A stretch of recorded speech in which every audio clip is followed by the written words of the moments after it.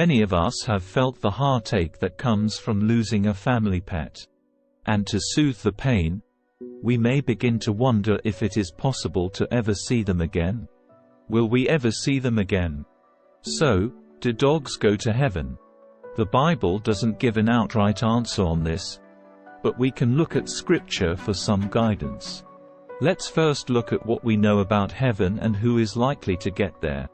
We do know that heaven is better than we know. When you think of heaven, what do you imagine?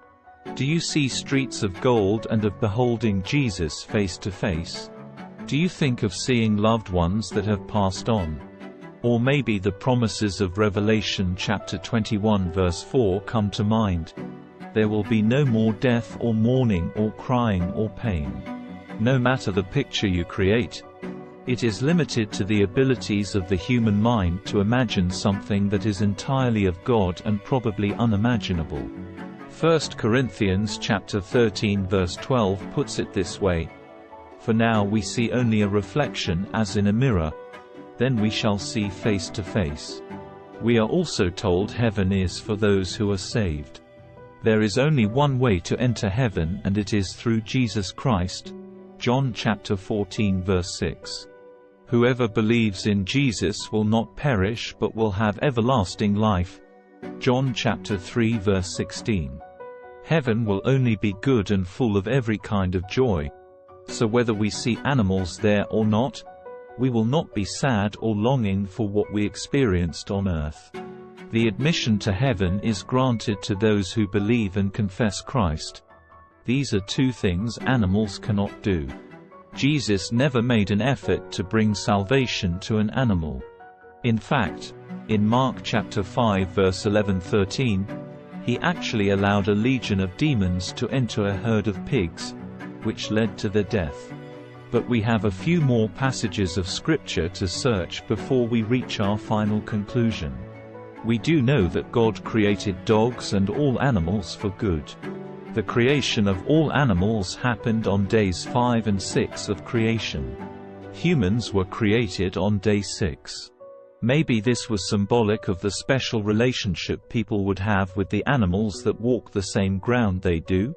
Ultimately, God created animals to be ruled over by humans. Animals are a gift and responsibility for men to steward. They aren't equals to men in the eyes of God. God created man in his image. The earth, sky, sun, stars, moon and animals were all created by the words of God. He spoke them into existence. But when God says that he is going to make man in his image in Genesis chapter 1 verse 26, he takes an approach to creation that he doesn't take with any other thing on the earth. He scoops dust and forms a man, and later forms the woman from the man. And he breathes his breath of life directly into them. God made them to reflect him. He made them with spiritual qualities that no other being has. Only humans have a mortal soul. Because we are uniquely created in the image of God, we are the only residents of earth that have a soul. It is the part of us that is more than just flesh and bone. When a soul that has been saved by belief and confession of Christ dies, it goes to heaven where God gives it a new, perfected body to house it. 2 Corinthians chapter 5 verse 2. But we can't end here. There's one more of Scripture that can't be ignored. Don't give up hope yet. Because animals are listed among the residents of the new heaven. In two separate descriptions of the new heaven and new earth, the Bible mentions that animals will be present. Isaiah chapter 11 verse 11 says, "The wolf shall dwell with the lamb, and the leopard shall lie down with the young goat and the calf and the lion and the fattened calf together, and a little child shall lead them." This description of peaceful relations between species of animal continues for 3 more verses, and a similar passage is found in Isaiah chapter 65 verse 25.